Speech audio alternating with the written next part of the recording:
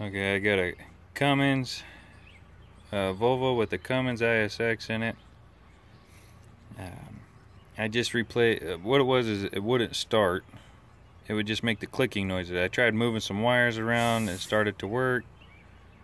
And then the next time it wouldn't, and I thought it was the fuses right above the batteries. I'll show you. They are right up here. You can see them. Pull this up, take these two nuts off, and then the fuse comes right up out of the center and then goes right back in. Anyway, I ended up replacing those, both of them, and still nothing. I tried to move every single wire. I tried to move every single wire that I had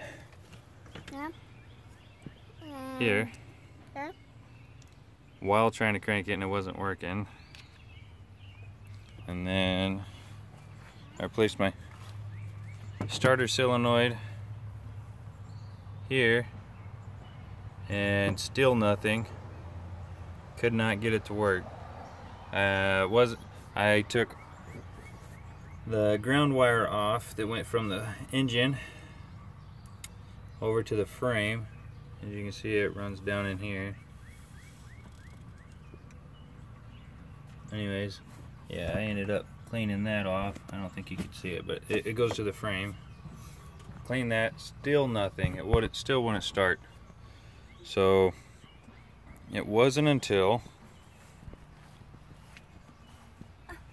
I went through and cleaned my battery terminals. I went through and cleaned them. And it wasn't until I cleaned these that it actually start.